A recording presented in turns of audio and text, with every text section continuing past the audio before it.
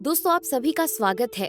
ये तो आप सभी जानते ही होंगे कि देवों के भी देव हैं जिन्हें त्रिदेव कहा जाता है और उनके नाम कुछ और नहीं बल्कि ब्रह्मा, विष्णु और महेश है। ये तीनों ही लाखों करोड़ों यूनिवर्सेस को बनाने वाले भी हैं। पर क्या कभी आपके मन में ये ख्याल आया है कि आखिर इन तीनों देवताओं में से कौन सबसे ज्यादा शक्तिशाली है? और अगर ऐसा कोई सवाल आपके मन में आया हो तो आज का ये वीडियो केवल और केवल आपके लिए ही बनाया गया है, क्योंकि आज के इस वीडियो में हम इसी बारे में चर्चा करने वाले हैं कि आखिर इन तीनों देवताओं में से कौन सबसे अधिक शक्तिशाली है। और इसके बारे में आज हमारे बीच 3 कहानियां मौजूद हैं और उन तीनों के आधार पर आज हम आपको बताएंगे कि आखिर सबसे शक्तिशाली त्रिदेव कौन है। तो चलिए वीडियो शुरू करते हैं। दोस्तों, हमारे पास 4 वेद, 18 पुराण और कई ग्रंथ मौजूद हैं, जिनके बारे में तो आप सभी जानते ही होंगे। इन सभी में त्रिदेवों के बारे में कोई न कोई कहानी जरूर है। पर जैसा कि मैं आपको पहले भी बता चुकी हूँ कि अगर इस बारे में बात की जाए कि त्रिदेवों में कौन सबसे अधिक शक्तिशाली है, तो इसके बारे में केवल 3 कहानियाँ सबसे ज्यादा प्रचलित हैं, जिसमें से एक शिव पुराण में बताई गई है, एक भागवत गीता में और एक सप्त ऋषियों के द्वारा बताई गई है। तो सबसे पहले बात करते हैं शिव पुराण की कथा की।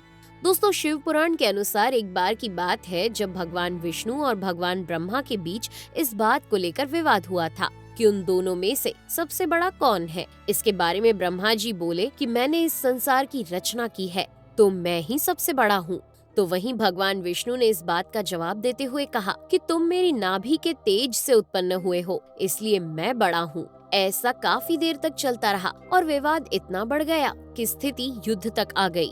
तब भगवान शिव एक जलते हुए स्तंभ यानी खम्बे के रूप में उन दोनों के बीच प्रकट हुए और एक आवाज आई कि जो भी इस खम्बे का छोर यानी कि अंत ढूंढ लेगा, उसे इस संसार में सबसे शक्तिशाली, सबसे ज्ञानी और सबसे बड़ा माना जाएगा। इतना सुनते ही भगवान ब्रह्मा एक पक्षी का रूप धारण कर खम्बे का ऊपरी हिस्सा ढूंढने निकल गए और भगवान विष्णु वराह का अवतार धारण कर उस खम्बे के अंतिम हिस्से को खोजने नीचे की ओर चले गए। पर बहुत कोशिशों के बाद भी किसी को भी उस खम्बे का आदि या अंत नहीं मिला। और मिलता भी कैसे, क्योंकि वो खम्बा भगवान शिव के जीवन का प्रतीक जो था, जिस कारण से भगवान विष्णु हार मानकर वापस लौट आए और भगवान ब्रह्मा हार मानने को तैयार ही नहीं थे, जिस कारण उन्होंने झूठ बोल दिया कि उन्हें खम्बे का ऊपरी भाग मिल गया है। जिसके बाद भगवान शिव उस अग्नि स्तंभ से प्रकट हुए और इस बात से क्रोधित होकर भगवान शिव ने भगवान ब्रह्मा के 5 मुख में से जिस मुख ने झूठ बोला था उसे काट दिया और इसके बाद भगवान ब्रह्मा को श्राप दिया कि आपको आज के बाद से इस संसार में कहीं भी पूजा नहीं जाएगा। और भगवान विष्णु को वरदान दिया कि आपको मेरी तरह ही सम्मान और आदर के साथ पूजा जाएगा। इससे एक चीज तो साफ होती है कि भगवान शिव भगवान ब्रह्मा और भगवान विष्णु से काफी ज्यादा शक्तिशाली हैं, जिनके समान शक्ति इस दुनिया में कोई भी नहीं है। हालांकि ये कथा तो शिव पुराण में बताई गई है। तो चलिए अब हम बात करते हैं भागवत गीता में बताई गई एक और इसी विषय से संबंध रखने वाली कहानी के बारे में। पर इस कथा को जानने से पहले आप सप्त ऋषियों के बारे में जान लें। आप में से ज्यादातर लोगों को तो इस बारे में पता होगा, पर जिन्हें नहीं पता उन्हें बता दें कि भगवान शिव ने जिन 60 शिष्यों को शिक्षा का ज्ञान दिया था, उन्हें सप्त ऋषियों के नाम से जाना जाता है। और इसकी कहानी कुछ इस प्रकार है कि जब एक बार सप्त ऋषियों के बीच ये बात चल रही थी कि त्रिदेवों में कौन सबसे ज्यादा शक्तिशाली, बुद्धिमान या कहें श्रेष्ठ है, तो उन्होंने भगवान ब्रह्मा, विष्णु और महेश की परीक्षा लेने की ठानी। इसके बाद बात आई कि आखिर सप्त ऋषियों में से कौन त्रिदेवों की परीक्षा लेने जाएगा। तब भृगु ऋषि सबसे आगे थे और भृगु ऋषि को इसके लिए चुना गया। सबसे पहले भृगु ऋषि भगवान ब्रह्मा के पास उनकी परीक्षा लेने पहुँचे। परीक्षा के रूप में उन्होंने भगवान ब्रह्मा का बहुत ज्यादा अपमान किया और भगवान ब्रह्मा क्रोधित हो गए, जिससे एक बात साफ हो गई कि भगवान ब्रह्मा सबसे श्रेष्ठ नहीं थे और भृगु ऋषि वहां से उनका अपमान करने के बाद चले गए।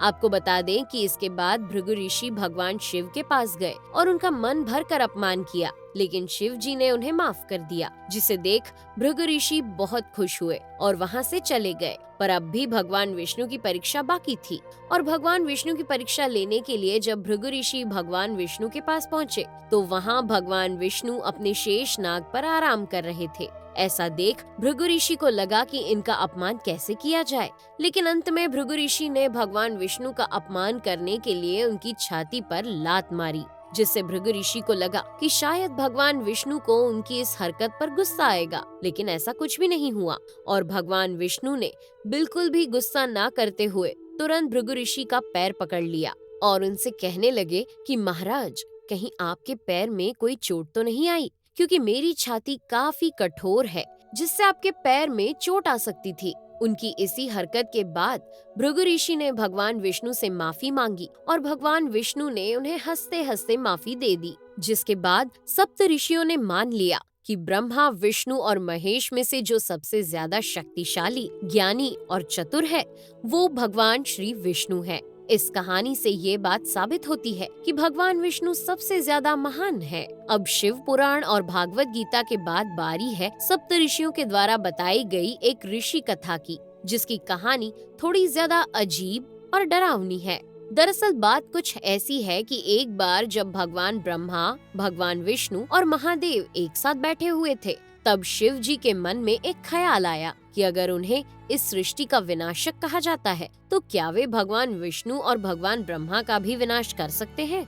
इस विचार के बाद भगवान विष्णु और भगवान ब्रह्मा मुस्कुराने लगे, क्योंकि वे भगवान शिव के मन में चल रहे विचारों को पहचान चुके थे। मगर कहीं भगवान शिव अपने आप को इस पृथ्वी का इकलौता करता धरता न समझने लगे, इसलिए भगवान ब्रह्मा भगवान शिव से बोले कि अगर आप संसार का नाश कर सकते हैं तो आप उन शक्तियों का इस्तेमाल सबसे पहले मेरे ऊपर कीजिए। इतना सुनते ही भगवान शिव थोड़ा चिंतित हुए, लेकिन अपनी शक्तियों को साबित करने के लिए उन्होंने अपनी सारी शक्तियों का इस्तेमाल एक साथ भगवान ब्रह्मा के ऊपर किया, जिसका कारण ये हुआ कि भगवान ब्रह्मा देखते ही देखते राख के एक ढेर में बदल गए। पर जैसे ही भगवान ब्रह्मा राख के ढेर में बदल गए, वैसे ही भगवान शिव को चिंता होने लगी कि आखिर भगवान ब्रह्मा को कुछ हो गया तो इस सृष्टि की रचना का भार कौन संभालेगा।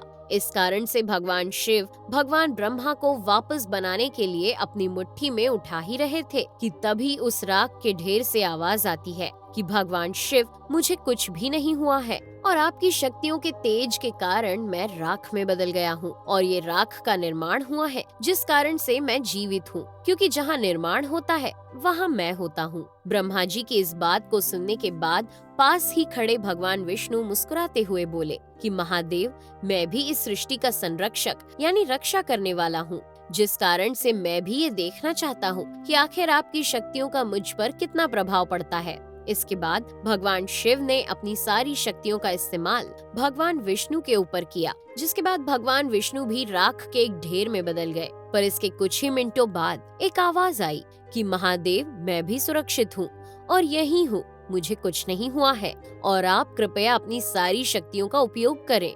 जिसके बाद शिव जी के मन में एक नया विचार आया कि क्यों ना मैं अपने आप को ही तबाह कर लूं, क्योंकि शिव जी को विनाश के लिए जन्म मिला है। उनके मन में आया कि जब विनाश ही नहीं रहेगा तो संरचना तबाह ही नहीं होगी और ना ही उसकी रक्षा की कोई जरूरत होगी।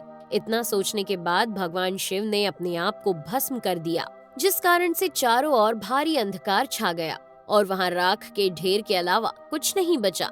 पर कुछ समय बाद भगवान ब्रह्मा उस राख के ढेर से निकले और कहा कि यहाँ राख का निर्माण हुआ है और जहाँ निर्माण होता है वहाँ मैं होता हूँ। जिसके कुछ समय बाद भगवान विष्णु उसी राख के ढेर से निकले और कहा कि जहाँ रचना होती है वहाँ उसकी रक्षा के लिए मैं होता हूँ। और कुछ समय बाद भगवान शिव भी उत्पन्न हो गए, जिसने इस बात को साबित कर दिया कि जहाँ रचना होती है वहाँ उसकी रक्षा और विनाश दोनों ही होते हैं। इसके साथ ही इससे एक और बात साबित होती है कि जब तक भगवान ब्रह्मा जीवित हैं, तब तक त्रिदेवों का अंत असंभव है, फिर चाहे वे खुद कोशिश करें या कोई और। तो दोस्तों, ये था आज का हमारा एक और वीडियो, जिससे हमने आपको बताया कि त्रिदेवों में कौन सबसे ज्यादा शक्तिशाली है। तो अगर आपको वीडियो पसंद आया हो तो लाइक और चैनल को सब्सक्राइब करना ना भूलें। धन्यवाद।